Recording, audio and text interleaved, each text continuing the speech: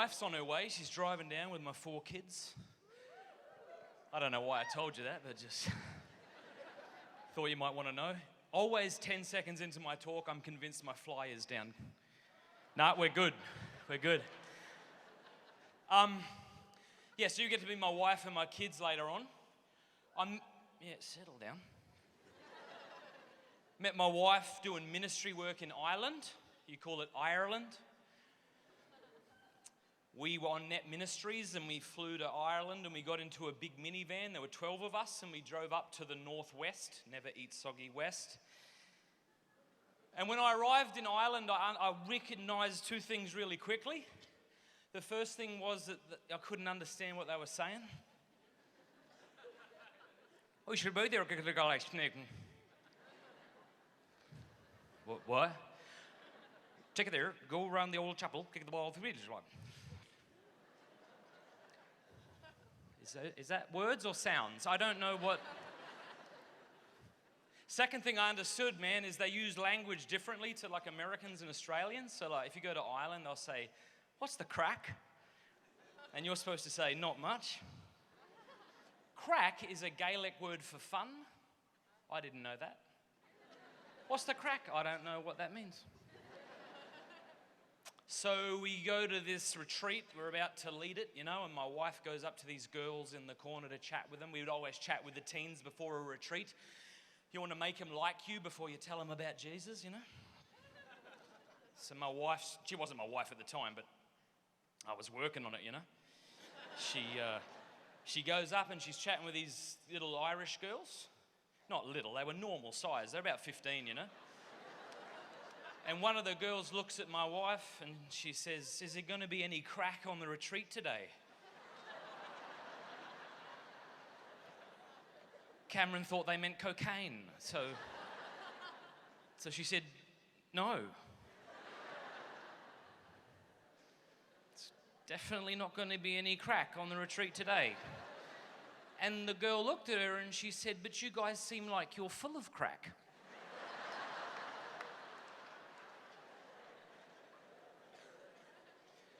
And my wife said, "Well, I know we might seem like we're full of crack, but what you're witnessing is just the joy of Jesus.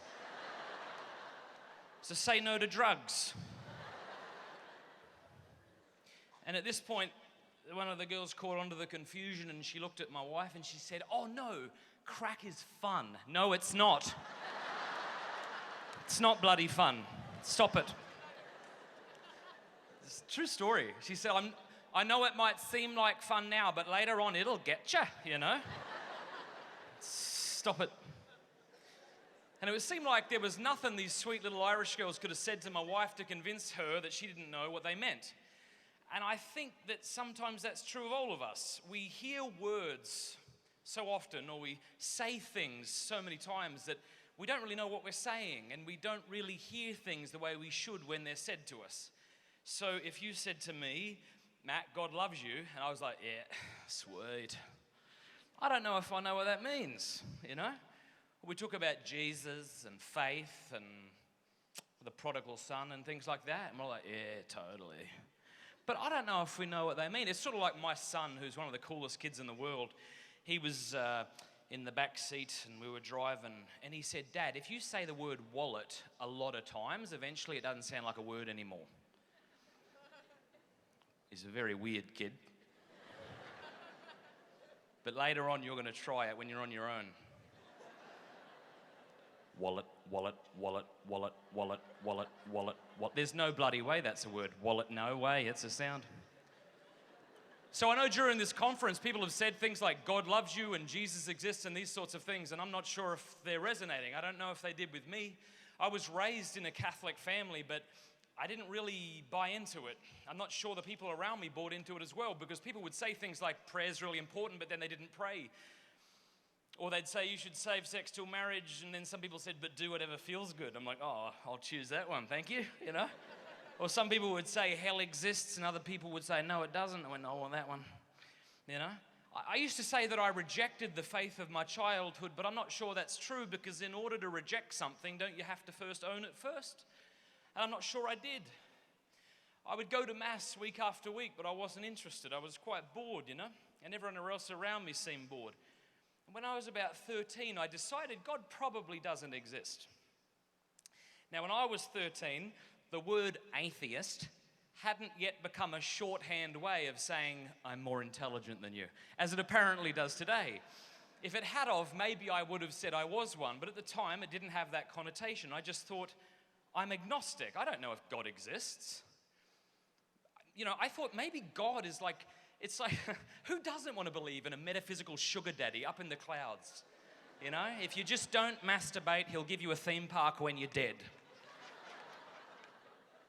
You're like, that sounds great. It's not true.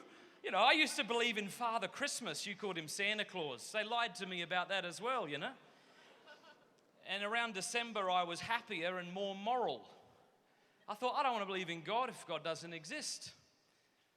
I thought, people say they feel good after they pray, but it's just like journaling, isn't it? You feel good after you journal. You don't say, well, it's because someone upstairs was listening to me. No, you just get your thoughts out. That's what prayer is. I said, God doesn't exist. Now, if you had said to me, give me an argument for why God doesn't exist, I wouldn't have had many good things to say to you, quite frankly. I would have said something like, I don't believe in absolute truth. And then if you were more intelligent than me, which wouldn't have been difficult, you would have said, are you absolutely sure about that? And I would have fallen over. Yes, I'm absolutely sure that there is no absolute son of a nutcracker. When I was 17 years old, my mum came home from Mass. I'd stopped going, and she said, do you want to go to this thing in Rome? It's called World Youth Day. And I was afraid that Rome was an obscure town in South Australia, population 15. Rome, which Rome? Italy, you idiot. Yes, please. I've done some thinking, She said there'll be 2.5 million young people there. I'm like, that's a lot of ladies,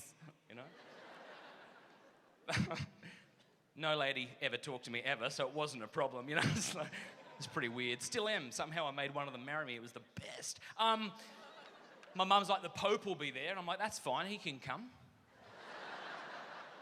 She's like, I don't think you get this, And so I flew to Rome with all these intelligent Catholics. Intelligent, young, good-looking, normal Catholics. See, up until this point in my life, the only Christians I knew were weird, dressed funny, and were so happy it made you sick. There was this evangelical group in our town that would give away free hot dogs on Friday night, and we'd be drinking and going to McDonald's. It's called Macca's in Australia. Go to Macca's. Thanks, America, by the way, for that one. McDonald's, cheers. Really appreciate you bringing that to us. No, don't bloody clap. It's not a joke. It's not cool. Stop it. And Kmart. Thanks for Kmart. Oh, yeah, give it up for friggin' Kmart. You buggers. Don't get me started on days of our lives. So anyway, we had no money left because we'd just drive up and down the main street and go to Macca's and buy alcohol. And so we had no money left, and there was this group, this evangelical group in the centre of town, and they make you hot dogs, and they was like, g'day, mate, how are you? I'm okay, can I have a hot dog, And they'd always find some awkward way to tell you about Jesus. Absolutely, you're having a good night tonight, It's very dark, kind of like your soul. So, come on, just give me the bloody hot dog, all right? But these young adult Catholics were just normal, man. They believed what the church taught. They were saving sex till marriage. And I'm like, why? You actually have a chance of having sex. I don't, but why you? You're beautiful, And there were these lovely people, and they were like, well, maybe because I have respect for myself and my future spouse. I'm like, how about shut up? Which was a good comeback, I thought. But I would ask them these questions, if God exists, why do bad things happen to good people, How do you square evolution with Genesis, huh? If God's all-powerful, couldn't he do away with all evil? And if he's all-knowing, wouldn't he know about all the evil? And if he's all-loving, wouldn't he want to? But evil exists, so maybe God's impotent, ignorant, or wicked. Or maybe you should just admit that he doesn't exist. I had a lot of objections, like that. But see, up until this point in my life, I didn't really have anywhere to bring them. And all of a sudden, there were these intelligent, normal Catholics who were giving me reasons to believe these certain things. I think if I was in your shoes coming to a conference like this, I would have been very hesitant. I would have been thinking, okay, I know what's going to happen. Okay, I get it. We're all in this big room. You're going to dim the lights. You're going to say some emotional things. You're going to play some nice music. It's going to create a nice warm feeling in us. And you're going to call that Jesus. But I'm not going to trade in my intellectual credibility for some fluff. But it was during this trip, as I asked these questions, as I ruminated on the responses, as I realized I didn't have any very good argument to think God didn't exist, that my mind and my heart began to be open to the possibility that it was true. And I won't get into it a great deal. My story you can find online and elsewhere, but suffice it to say, I became like one of those happy Christians, you know? Praise Jesus. Shut up, I won't. Yeah. It was awesome, man. And this is a relationship with Christ that I have journeyed with every day since then. And it doesn't mean I have all the answers, you know? You might say, don't you have doubts? I'm like, yeah. But no matter what worldview one adopts, one is going to have doubts. If you find a worldview that answers all of your questions, that's probably a good sign that it's wrong. I have questions. I have things that bother me. But the relationship that I have with Christ has brought me more joy than I could have ever possibly imagined, you know? So I don't know where you're at today. I don't know if you're one of these people who are sort of skeptical like me, or maybe you're bought in or not. But for the remainder of this talk, what I want to do is invite up a couple of my friends to come and chat. I want to share with you some concrete things that we can do as we go home from this conference, right? As we descend the mountain. In Matthew chapter 17, you know, Christ walked up the mountain with Peter, James, and John, and they encountered his glory. And Peter, you remember Peter? He's like, hey, let's just build some 3 tents, stuff those other blokes. This is great, you know? Let's not go back down there. But they had to go back down. And that's sort of what we're doing as we go home. What do we do to grow our faith, to maintain our faith? Can you come up? Any? Stop talking. Let's go. You guys said you liked us chatting, so I said, well, let's bring these buggers up again, you know? See if they got anything to say. Probably not, but give it a shot. Cheers, big ears.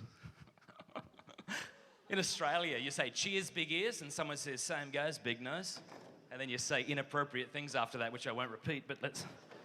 All right, so here's what I want to do. I want to talk about 3 things that I think we ought to do to grow in our relationship with Christ as we go back from here, all right? So I think the first thing that we have to do, so I want to just throw these out there. Did you know you were coming up until, like, right then? Now I know I'm out here. So I think the first thing that we have to do is we need community, eh? Like, there's no such thing as a Lone Ranger Christian. It reminds me of that story of the old priest who was sitting by, you know, a young Christian. They were sitting around a fireplace at a retreat. And the young bloke said to the priest, why do I have to go to Mass every Sunday? Like, why do I have to do that? And the priest said nothing. He just reached into the fire and he pulled out a stick that was half alight. And he laid it on the sand and they sat there quietly as it went out. And the young guy didn't have to say anything. He totally got his point. And so if we want to be Christians, flourishing Christians, we need community. So I just want to throw this open to you guys and see why you think that's true and maybe some insight on that. Yeah, community. Yeah, absolutely. We're not meant to be alone. You know, I think that's pretty much, you know, that's how God created us. He created us for other. And just on a human level, I think even kind of leaving religion out of it, we have need for others. We're born like that. We come out of the womb like, and we need mom, we need clothes, we need, you know, sustenance. But there's something deep inside of us that needs affirmation and love, you know, to give and receive love. And I think for me, it's sort of evolved a little bit. I believe that in the beginning, I was into just being in community with my own tribe, you know, people who thought like me, people who acted like me or behaved like me. And it's actually been very life-giving to build community among people who challenge me and challenge my thought process and challenge my behavior and things like that.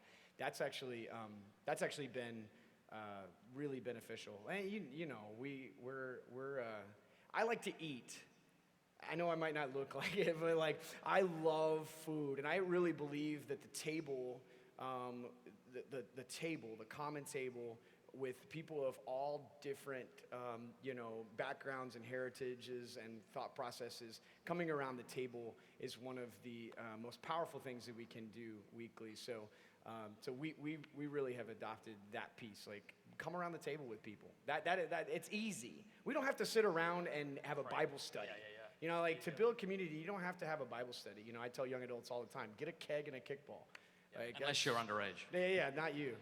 But yeah, it's pretty simple. Food, you know, God loves food. Yeah, it brings people together. Now, I don't know how many people know your story, but you were in high school when you made faith a priority in your life, right? And you were surrounded by people that really weren't that interested. Yes. So how did community play into that? Community was so important. It's so important to surround yourself with people who are going in the same direction. I always say it's like geese. Geese fly with geese who are going in the same direction, and it helps them to get further, right? So look at the people that you're surrounding yourself with.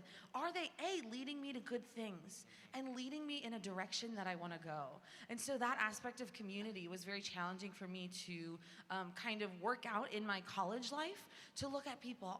Do they want to go where I want to go? Did you lose friends? Yes, I lost many, many friends. It was very challenging. For those of you who were here last year, you heard about my story, which was a very challenging time in my life. And so I lost, I didn't necessarily lose friends. I found out that my friends weren't really my friends because I was living this life of faith, and behind my back they would talk about me all the time.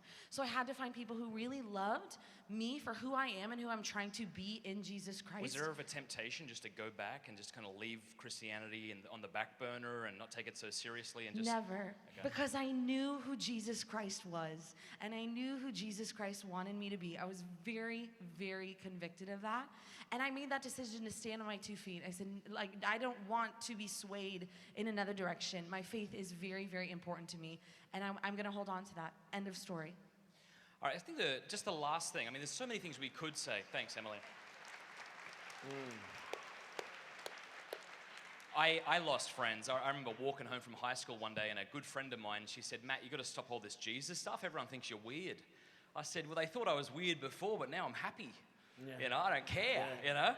And so I lost a lot of friends, and I gained a couple of weird ones, and we just got together. And it's not like every time we got together we prayed, although we did pray a lot, but we strengthened each other, you know? Like Jesus, the Christianity is a radical religion. If you're not willing to embrace it radically, then just don't bother. Just stop pretending. And for me, I was willing to embrace it as well. Okay, next thing I want to say is we have to get rid of everything that is ugly, drab, and stupid in our lives, which is a pretty weird thing to say, or blanket thing to say. But I think that there's media that we engage with. Like there's certain Netflix shows that we watch that are kind of polluting us in a sense. Like maybe there's like young men or young women out here, for them, porn is a thing that they struggle with daily, and they think, where are all my temptations coming from? And of course, we're always going to have temptations, but sometimes we're the source of our own temptations because we sit in front of hours and hours of television that's glorifying, awful behavior. And so I think we've got to get rid of that sort of stuff. Get rid of, maybe we're following people on Twitter that are just causing us to sin or are causing doubts. I think we've got to get rid of that stuff. And let's couple that with the final thing I want to say, and we can talk about that as well. Then we need to replace that space with beautiful things. So following beautiful things on Twitter, on Instagram or whatever, and watching beautiful shows and listening to beautiful music. Any thoughts on that, on how maybe you had to get rid of what is ugly and replace it with what's beautiful in your own life? And I think, You're in San Diego. Yes. And this is what I've replaced, a lot of that stuff with. We haven't had a TV in like 15 years, and my family and I, we wander where the Wi-Fi is weak. That's like it's like our motto: wander where the Wi-Fi is weak, because it really is. It's a distraction from natural beauty. It's a distraction from real interaction, face-to-face stuff. And I think before, you're just sort of going with this flow of, this is what to watch. I mean, literally, I never even watched Lost. I never watched The Office. I never watched, any of these, Walking Dead. People are like, oh, you gotta, and I'm like, nah, it's just not. There's so much that we can engage in the human person.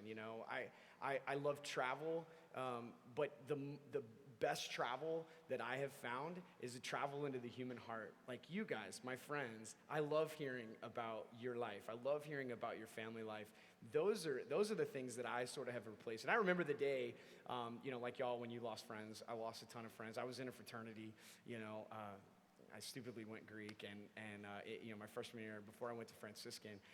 And I remember the day where I literally feel like I left the world. It was like, okay, there's the whole world, all of its, ugliness and weirdness and, distraction.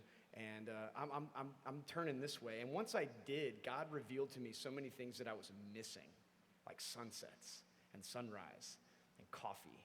You know, like there's just so many great things that we can enjoy. And I think that the world is in desperate need of beauty. It's in desperate need of beauty, and it's all around. And we don't have to look far for it. Good quality textiles or leatherwork, and all of these things are it sounds simple, and I might sound like a simple person in that way, like no TV, leather, but the reality is these are the things that were given to us by God, and they're not trying to distort our humanity. They're actually things that are beautiful. A garden and all those sorts of things. Yeah, and it's so important just to look at like the media that I'm consuming. I always ask myself the question, does this contribute to the purity of my heart and my mind? Right. If it doesn't, why am I watching it? Is watching it going to get me to heaven? Ultimately, that's the destination. Does this TV show, does this person I'm following normalize sin in my life, normalize vulgarity? Saint Teresa Benedict of the Cross says we should have an aversion to that which is base and vulgar, that it should bother us. I should have a reaction to vulgarity in my life. And there's so many shows, movies, all those different kinds of things that vulgarity is just normal, and it normalizes it in our hearts and in our minds. And so just having that discerning eye, does it mean you have to throw out your TV or throw out, never go to the movies again? No, but it means having that discerning eye to say, does this contribute to the purity of my heart and my mind? And if not, gonna get rid of it. And there are so many beautiful things that we can use to upbuild our faith in today's day and age. Emily has a wonderful weekly vlog that you could subscribe to and watch. Father Mike Schmitz has a weekly video with Ascension Presents that's fantastic. Y'all should spend time watching these things to help have these beautiful people, Father Mike and Emily, teach you about the faith. Another thing I would recommend is Catholic Answers has a great podcast. Catholic.com is their website. If you've got questions about the faith or Christ or the historicity of the New Testament or the existence of God, going to Catholic.com and just typing in a word into the search bar or starting to listen to their podcasts to fill ourselves, with this good content. Because I think sometimes we say to ourselves, how can I become more confident in my faith? Well, you can't just will confidence. You have to have a reason to be confident. If I said to you, would you please drive my rusty car to San Diego because someone's meant to be picking it up and you've got some time and I'll give you some money. And you came and you looked at the car and you said, that's not going to make it out of the bloody city, let alone to San Diego. If I said, you just have to have confidence, you'd be like, that's a stupid thing to say. What I need is a mechanic to go over it and to give me reasons to think that I ought to be confident in this car. Similarly, it's not enough just to say, have confidence in your faith. No, you need reasons for that. And Catholicism is a champion of reason. Faith is to reason what a telescope is to the natural eye. The telescope doesn't ask you to shut your eye in order to see. It doesn't cancel or delete your eye. You're able to see with a telescope further than you otherwise would be able to naturally. And similarly, faith doesn't cancel reason. We're not leaving our brains at the door when we come to think about Christ and God. Rather, because of divine revelation, we're able to see further than we otherwise would have. So Christianity is a champion of reason, Catholicism in particular, so fill your minds and lives with these good, beautiful things. One other thing I got to tell you that I did, and you might consider doing something like this, is 2 months ago I quit social media. And I've been thinking about doing this for a long time right now, but I was an addict just like you are. And although I knew it and you don't. And but when I said I'm thinking about quitting, everyone's like, dude, don't quit. There's so many people that follow you online. They like seeing some of the things you post. They're positive things. And so I said, okay, I'm not going to shut them down. But what I did is I pay this dude to run it. I know his name. It's not this dude. It's not anyone. I know who it is. But I said to this guy, because I've got 3 Twitter accounts, an Instagram account, 2 Facebook pages, I'm like, change all of the passwords. I don't want to live in that space anymore. And you might be able to go online and go on social media and just be fine. I wasn't. It was like getting in the way of my family life, getting in the way of my kids. And I was just like, I want to read books and listen to beautiful music and do beautiful things, So it's been 2 months since I've logged on to social media, and it feels great. So just to kind of back up what Annie was saying, I think that's another good idea. Okay. I'm pretty amazing. I am pretty amazing. You should follow me. No. Yeah, I legit don't care. Yes. Don't follow me. I don't want your followers. Go away. I don't even care. I don't care. It's this big bloody black hole that sucks us all in. It's less like a news page and more like a poker machine. It's meant to be addictive to keep you on it so they can sell advertisements. I'm done. I don't care. I'm done. Any final thoughts as we wrap up here? Any final words of inspiration? Yes, be courageous. Be courageous. Be not afraid to look different, to be the person that stands out. You look back in the history of the church, saints never became saints by going with the flow. They always stood out. They always stood for something that they believed in, and that is how they became saints. And their lives are beautiful witnesses to that. So be courageous. Yeah. If you if you want, I mean, the world is in desperate need. The world's in desperate need, and if you want to make a difference, you got to look different. I don't know what y'all think about these people up here. Like, I don't know. If I were you, I'd be like, is that legit? Like, is that really who they are? I promise you, this is exactly how we talk when we're at the pub, having a beer, having a cigar with Annie at somewhere. These people are the real thing. So when they say be courageous, like, they're actually not fake. Like, they're real people who have real issues but are striving to be holy, and I want to do that. Like, I don't want to get to the end of my life and be like, I wish I had to watch more Netflix. I'd be like, I want to follow Christ like just intently and with passion. So. Yeah. All right. Cheers. Thanks. Bye. No, it's great.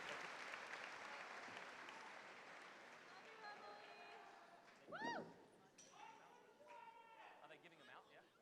At the end. Okay. So what we're going to do in a moment is we're going to have the ushers towards the end hand out commitment cards if you want to make a commitment to follow Jesus Christ. For most of us, we were baptized as babies, we were confirmed, we didn't really know what was happening. What's going on? Okay, I choose a saint name or something, And maybe for you, you were very intentional about your faith and you did choose to follow Christ. But for many of us, we didn't really ever make a choice to follow Jesus Christ. And so that's what these commitment cards are about. They're a way to give you an opportunity to commit your life to Jesus Christ. Signing this card doesn't mean I now have all the answers and I'm 100% convinced about everything and now I'm ready. It means, no. I've experienced some truth, goodness, and beauty in Christ, in these joyful people around me that my friends back at home could only dream of, and I know that there's something to this. And I want to commit myself to learning more about the Christian faith, by listening to good podcasts, following good Instagram feeds like Emily's, and watching beautiful videos like Father Mike Schmitz's. I want to live this life. I'm tired of pretending that I don't. I want to say, yes, I'm bloody a Christian. Absolutely I am, and I'm following him with my whole life now. This is it. I've done stuff I'm not proud of, but I'm done with that because it never made me happy to begin with. It was like being thirsty and drinking salt water. It was like being ravenously hungry and filling myself with popcorn. It did nothing, right? All the sin, all the junk, it did nothing. It didn't satiate me. It didn't satisfy my hunger. It just left me with less than I had to begin with. So towards the end here, we're going to have these commitment cards brought to you. They won't be pens, all right? So what I want you to do is get that commitment card, put it somewhere safe. Put it in a book, put it in your wallet, put it in your phone. And then when you have a quiet moment, make a commitment to follow Jesus Christ. And you might choose to sign that commitment. Now, if you don't want to follow Christ, don't do it. But if you do, like I do, sign that card. And maybe you made a commitment last year. Maybe you made it 2 years ago, 5 years ago. Quite frankly, every day is a day to commit our way to the Lord. Today is the day to commit our way to the Lord.